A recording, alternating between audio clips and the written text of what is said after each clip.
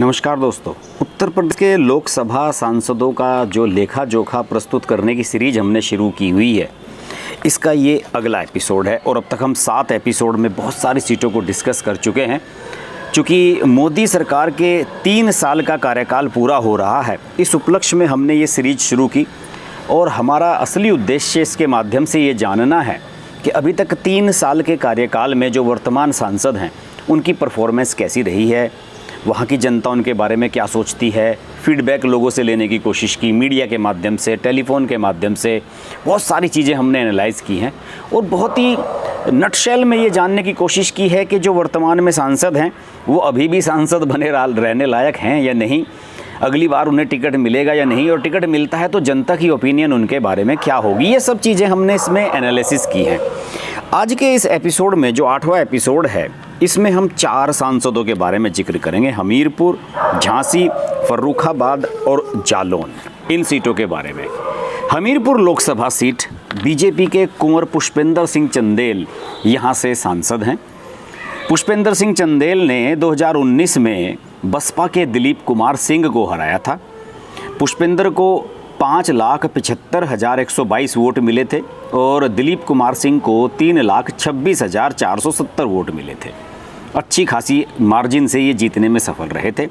इससे पहले 2014 में पुष्पेंद्र सिंह चंदेल कुंवर हैं ये, और शाही परिवार से लगभग आते हैं, और इन्होंने 2014 में इससे भी बड़ी जीत हासिल की थी। तब इन्होंने सपा के विशंभर प्रसाद निषाद को हराया था लगभग 3 लाख के करीब वोटों से।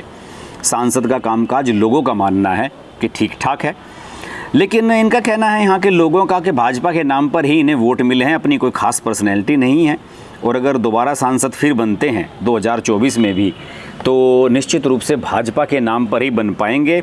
इनका अपना कोई खास जनता के बीच में क्रेडिट है नहीं, जनता इनसे नाराज़ रहती है, क्षेत्र में आते नहीं हैं और कामकाज को लेकर इनके जनता में नाराज़गी है। शहरी क्षेत्र में रोड, पानी, बिजली, इसका कुछ काम जरूर करवाया है, लेकिन देहात क्षेत्र में इनकी स्थिति बहुत कमज़ोर है, नदारद रहते हैं।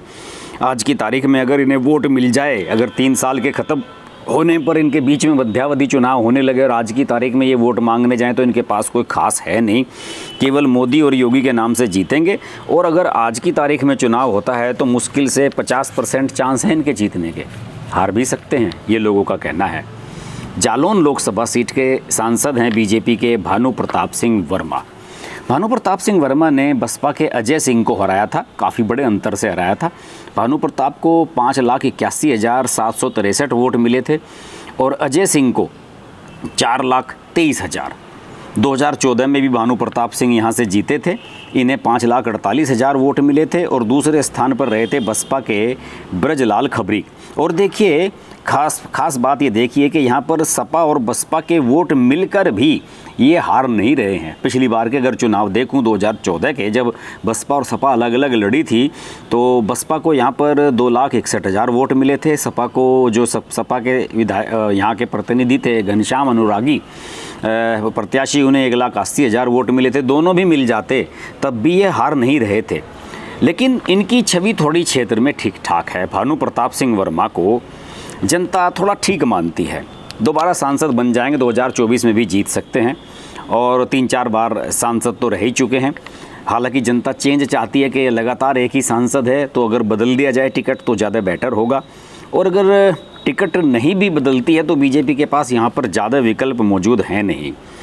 सज्जन व्यक्ति हैं, ईमानदार सांसद का खिताब भी इन्हें एक बार मिल चुका है, क्षेत्र की जनता में ठीक ठाक लोकप्रिय हैं, लोग इन्हें वोट दे देंगे। सांसद सामूहिक विवाह कराने में और समाज के जो दूसरे ऐसे कार्यक्रम हैं उसमें मदद करते रहते हैं, इसलिए जनता के बीच में इनकी पकड़ बनी रहती है।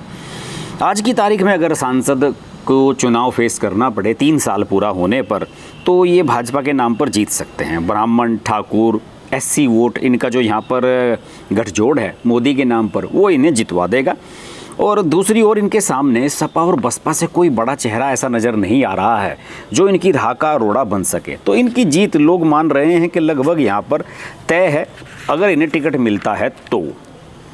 फर्रुखाबाद सीट आप जानते होंगे कि सलमान खुर्शीद साहब के लिए जानी जाती है, और अब सलमान खुर्शीद साहब की स्थिति यहाँ पर ये हो चुकी है कि 2014 में तो वो 4वें स्थान पर थे, केंद्रीय मंत्री रहे हैं यूपीए सरकार में, और 2019 में वो तीसरे स्थान पर थे। वो तीसरे स्थान पर इसलिए आ गए क्योंकि सपा और बसपा एक साथ मिलकर चुनाव लड़ गए थे।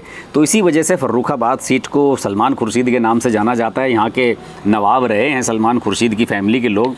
लेकिन यहाँ पर सांसद हैं इस समय मुकेश राजपूत बीजेपी के।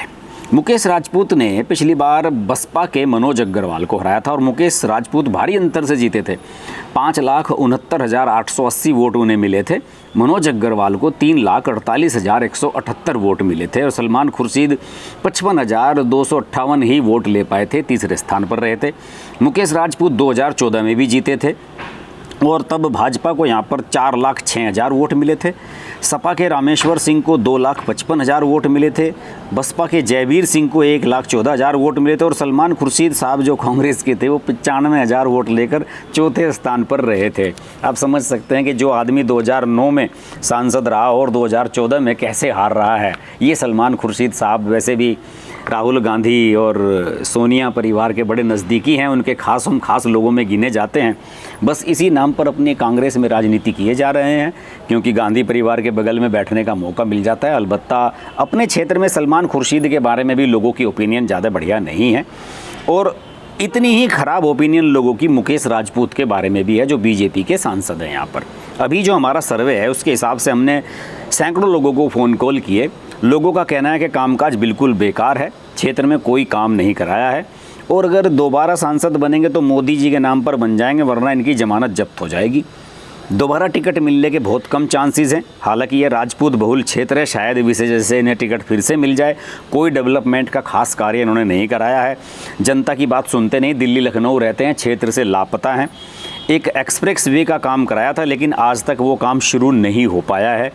आज की तारीख में सिर्फ मोदी योगी के नाम पर ही जीत सकते हैं। अगर फिर से मुकेश राजपूत को ही टिकट मिलता है तो जनता वोट डालने का उत्साह कम दिखेगा और अगर इनके सामने कोई सॉलिड प्रत्याशी आ जाए तो यहाँ पर इनकी स्थिति ख़राब हो सकती है। इसके अलावा एटा के जो सांसद हैं राजीव, उनकी पत्नी को यहाँ से टिकट मिल सकता है, वो भी इसकी रेस में है। तो यानी कि मुकेश राजपूत की स्थिति फर्रुखाबाद में ख़राब है। यहाँ बीजेपी को इस बार टिकट चेंज करना पड़ेगा। झांसी के सांसद अनुराग शर्मा को कहा जाता है कि ये उमा भारती के कृपा पात्र हैं और उमा भारती यहाँ से सांसद भी रही हैं 2014 में और इस बार अनुराग शर्मा हैं और एक बड़े घराने से यहाँ बिलोंग करते हैं। वो यहाँ के झांसी के अनुराग शर्मा ने झांसी में श्याम सुंदर सिंह यादव को हराया था, सपा के ज़बरदस्त अंतर से हराया था। अनुराग शर्मा को 8,09,000 वोट मिले थे, श्याम सुंदर सिंह यादव को 4,83,000 वोट मिले थे। इतना भारी अंतर था उनके बीच में। और साध्वी उमा भारती जब यहाँ 2014 में सांसद बनी थी तो उन्हें 5,75,000 वोट मिले थे। दूसरे स्थान पर सपा के चंद्रपाल सिंह यादव रहे थे जिन्हें 3,85,000 वोट मिले थे। अनुराग के बारे में लोगों की ओपिनियन ठीक ठाक है कि इन्होंने क्षेत्र में काम कराया है, सड़कों का सौंदर्यीकरण, लाइट वगैरह लगवाना, अतिक्रमण हटवाना, ओवरब्रिज का काम कराया है और झांसी के ही हैं, लोकल हैं, लोगों में लोकप्रिय हैं। इनके परिवार को सभी लोग जानते हैं पहले से, तो सांसद बन सकते हैं, टिकट मिलने के चांस हैं। यहाँ इनके सामने कोई ऐसा खास दूसरा शख्स है भी नहीं, इनकी छवि ठीक ठाक है और सरकार की जो योजनाएं होते हैं उन्हें क्षेत्र में लागू करवाने में एक्टिव रहते हैं। अपनी जो सांसद निधि है उससे भी काफ़ी विकास कार्य इन्होंने करवाए हैं। यहाँ पर आज की तारीख में जीत जाएंगे और भाजपा का वोट बैंक यहाँ पर अच्छा है। शाहू, कुशवाहा, ब्राह्मण, ये जो वोट बैंक है यहाँ पर, ये सब मिलकर अनुराग शर्मा को यहाँ पर सॉलिड बना देता है।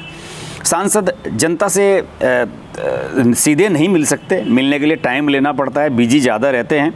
और आप सब जानते हैं कि जो वैद्यनाथ कंपनी है आयुर्वेदिक दवाइयाँ बनाने वाली, उस घराने से ये सीधे ताल्लुकात रखते हैं।